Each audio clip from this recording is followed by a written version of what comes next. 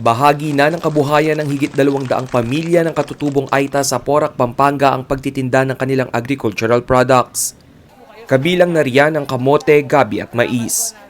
Dahil sa pandemya, lugi at walang mapagkakitaan ng karamihan sa mga katutubo.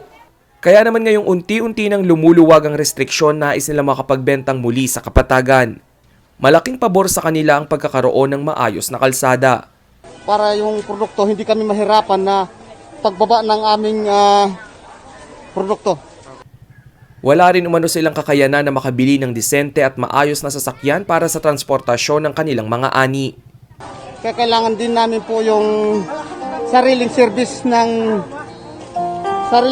po na galing sa yung tumutulong dito na para pagsakyan namin na pwedeng gasolina lang ang sagutin namin. Kasabay ng pamamahagi ng mga grocery pack, ginarantyahan ni Senator Kiko Pangilinan ang agarang aksyon sa hiling ng mga katutubo. Nakikipagtulungan na ang senador sa Department of Agriculture para mapondohan ang proyektong Farm to Market Road.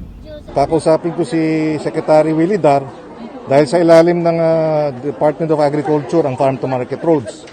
So hihilingin natin yung official na position ng Porac ni Mayor, tapos i-refer natin at ipa-follow up natin yung ganung proyekto. Ayon sa lokal na pamahalaan, bahagi ng priority project nila ngayong 2021 ang ilang road construction sa bayan.